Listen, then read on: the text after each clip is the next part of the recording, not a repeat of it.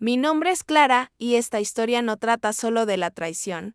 Es la crónica de como la sombra de un pasado roto, el de mi propia hermana. Termino por destrozar mi presente. Durante casi 20 años, Javier, mi esposo, y yo habíamos construido lo que creía era una fortaleza inexpugnable, nuestra familia.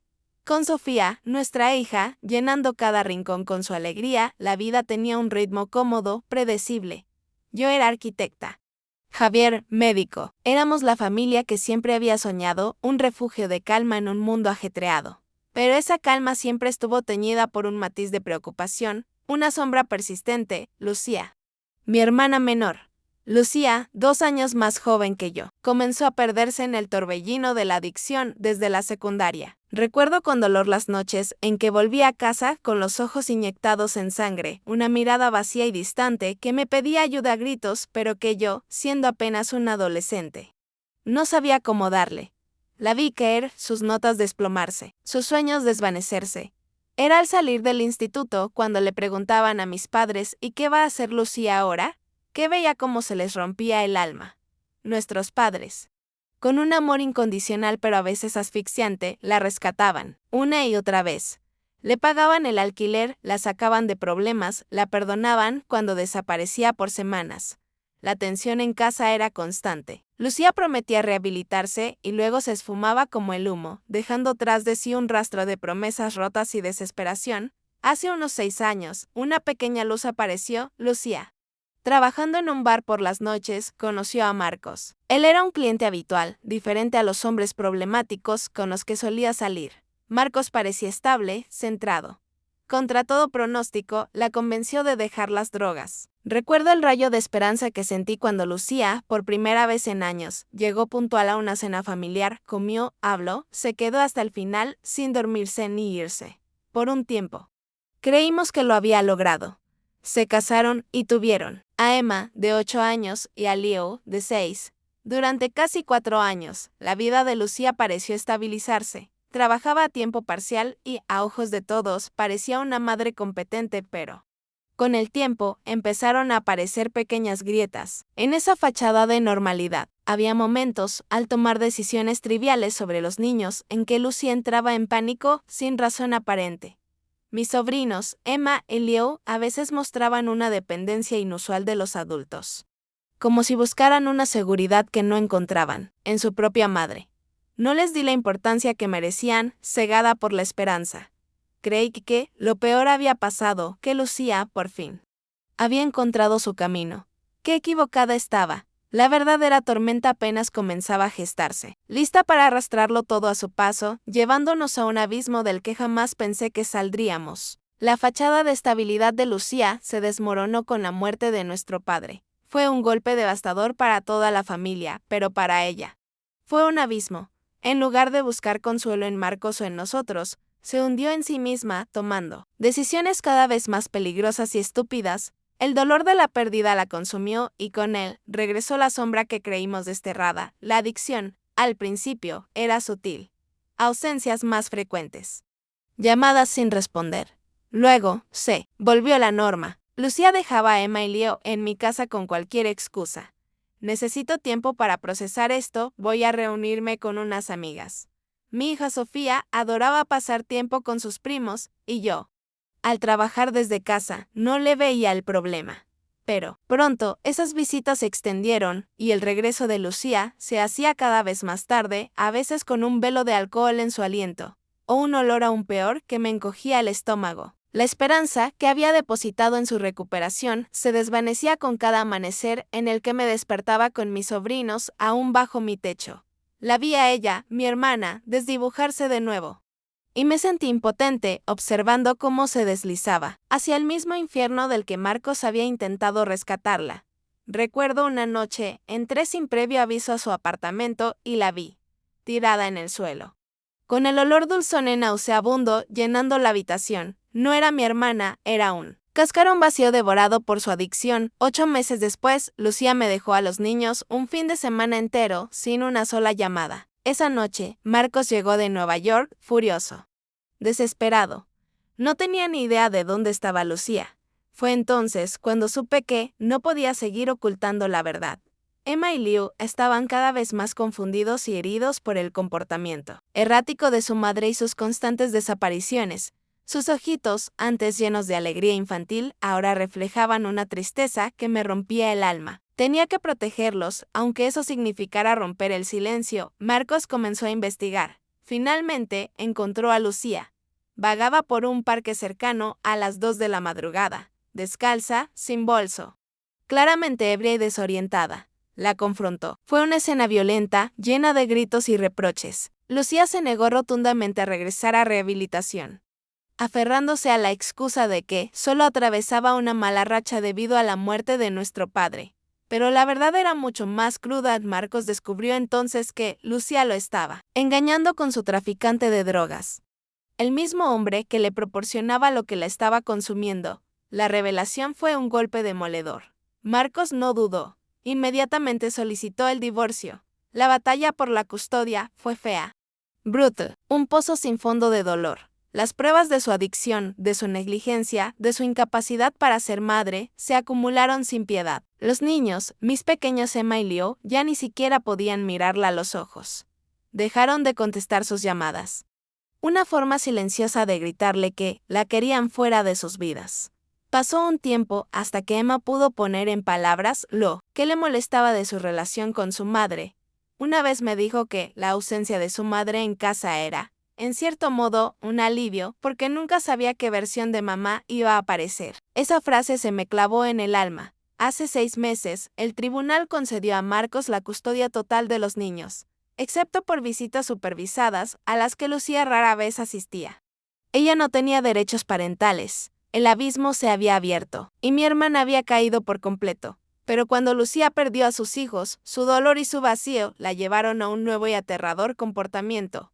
Fue entonces cuando su obsesión se centró en la mía, en mi hija Sofía, inaugurando así una nueva y perturbadora fase en esta tragedia familiar. Cuando Lucía perdió la custodia de sus hijos, el vacío que dejó Emma y Liu en su vida se manifestó de la forma más inquietante posible.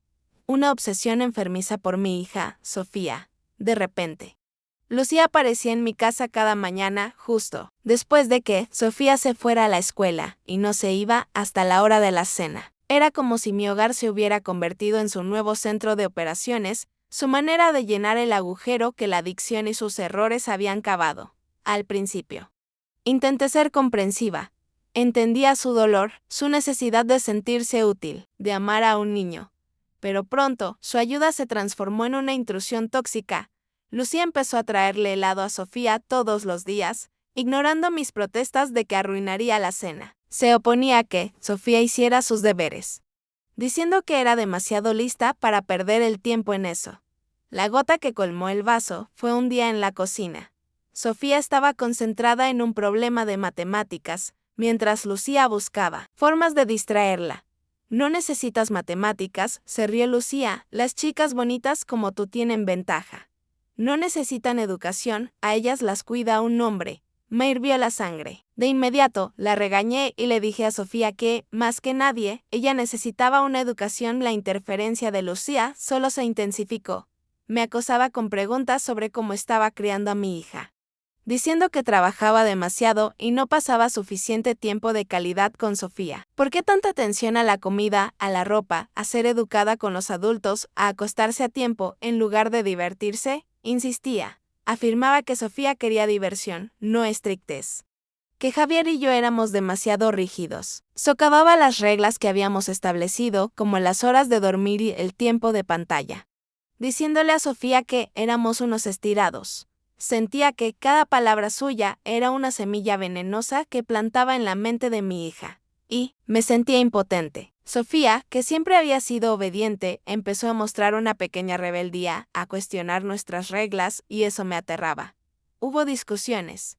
Javier, al principio, intentó ser el mediador, el hombre bueno que comprendía a mi hermana. Me pedía paciencia, me recordaba el dolor de Lucía. Pero cuando vio los cambios en Sofía, la forma en que empezaba a dudar de nosotros, su postura se endureció.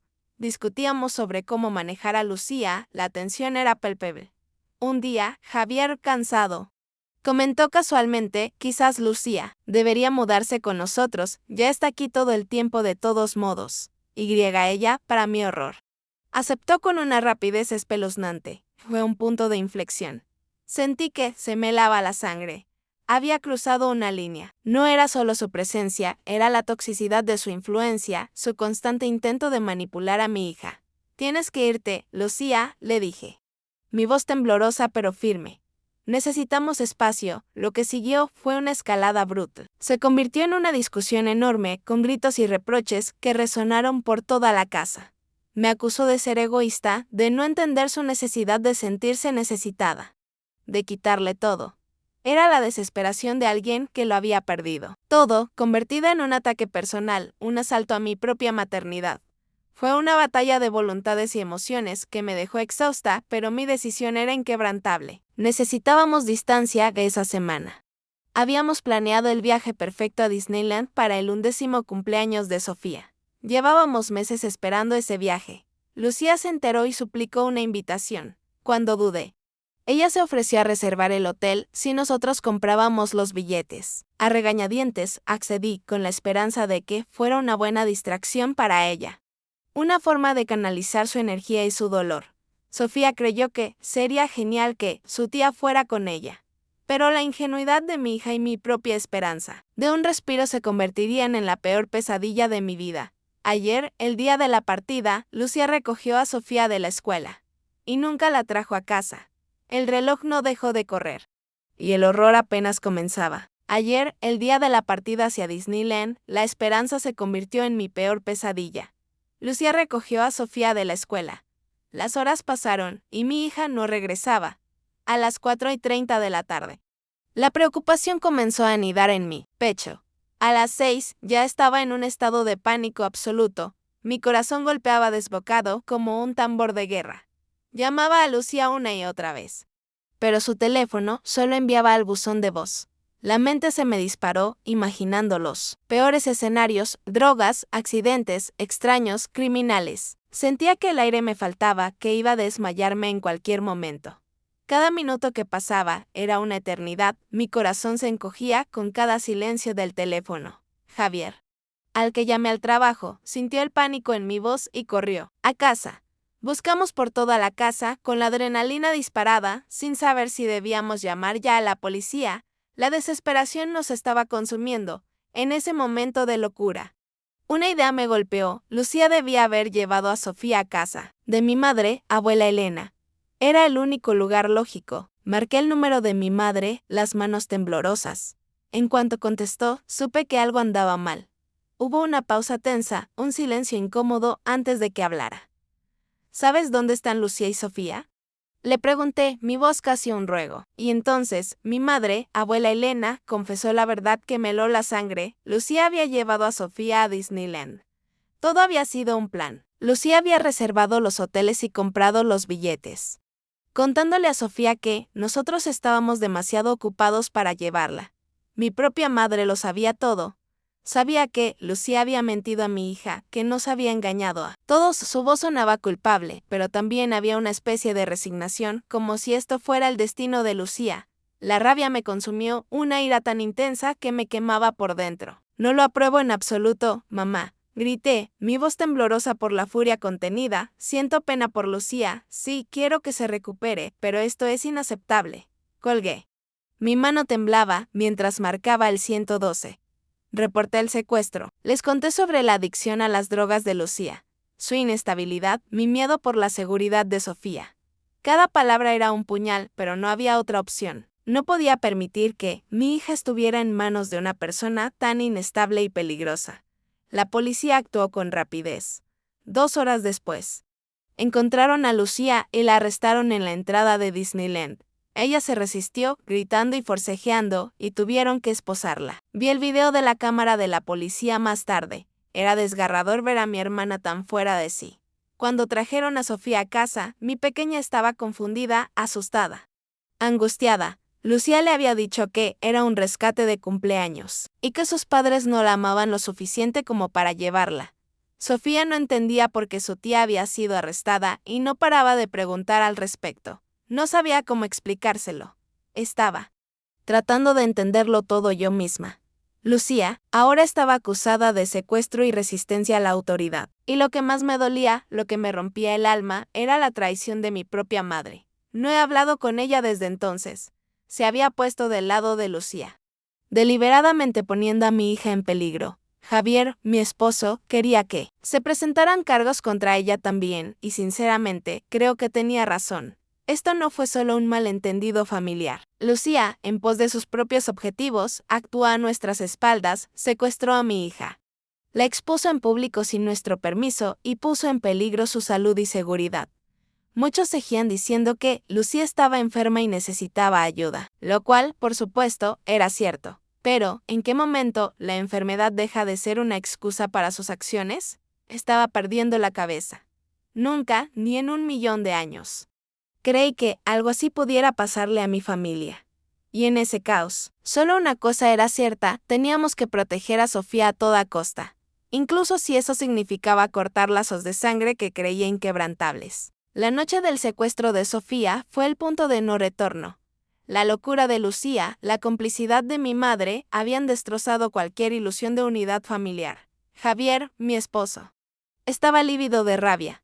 Tu madre es cómplice, Clara. Debería recibir la pena máxima, sentenció, su voz temblaba, no con miedo, sino con una furia helada. No había matices en su juicio.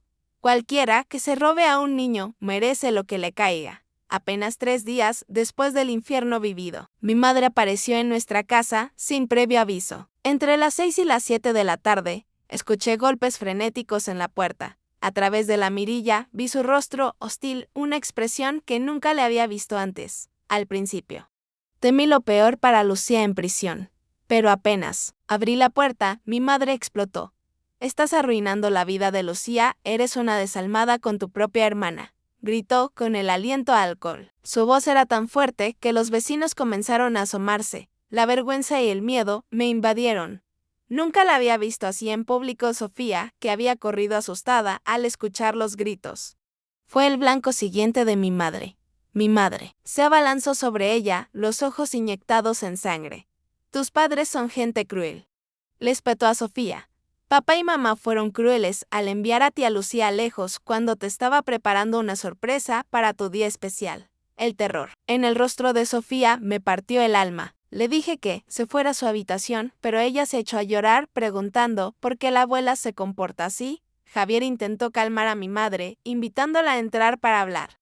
Pero ella lo atacó verbalmente, culpándolo de ponerme en contra de mi propia familia. Luego, dijo algo que aún me cuesta creer, que lo que Lucía hizo no fue gran cosa y que deberíamos haberla dejado llevar a Sofía a Disneyland. Continuó defendiendo a Lucía, diciendo que solo estaba de duelo y tratando de crear nuevos recuerdos. Intenté argumentar que lo de Lucía fue un engaño deliberado, una falsificación de la verdad, un secuestro. Pero mis palabras sonaban como el balbuceo incomprensible del maestro de Charlie Brown para ella. Me acusó de abandonar a Lucía cuando estaba desesperada. Que todo era mi culpa. Fue entonces cuando perdí los estribos. Le dije que Lucía había perdido a Emma y Lieu por sus propias decisiones, su adicción, su negligencia, su aventura con un traficante. Mi único trabajo era mantener a Sofía a salvo. Hasta ese momento. Javier había mantenido la calma, pero ahora se retorcía de ira. Me dijo que mi madre era cómplice por permitir que Lucía se llevara a Sofía y que esperaba que recibiera la pena máxima. Cualquiera que se roba a un niño merece lo que le toque, dijo, sin titubear. Luego vino el ultimátum de mi madre. O apoyaba a Lucía y retiraba los cargos, o me consideraría muerta para la familia y perdería mi herencia. Dijo que yo era un monstruo por arruinar la vida de Lucía. La discusión duró 20 minutos. Pero se sintió como horas. Al final, Sofía estaba en lágrimas y Javier temblaba de rabia. Mamá, tienes que irte, le dije. Si vuelves a mi casa a gritarle a Sofía otra vez, llamaré a la policía. Después de eso, Javier y yo fuimos a instalar cámaras de seguridad. Ya no nos sentíamos seguros. Mi madre, muy probablemente, intentaría seguirle el juego a Lucía. La semana pasada, Lucía tuvo su audiencia judicial. Muchos de ustedes han seguido nuestra historia, apoyándonos y orando por nosotros. El juicio de Lucía estaba programado para principios de febrero. Mi madre, por supuesto, contrató abogados para ella. Me dolió profundamente darme cuenta de que había gastado todo ese dinero en la defensa de Lucía y ni siquiera mencionó el trauma de Sofía.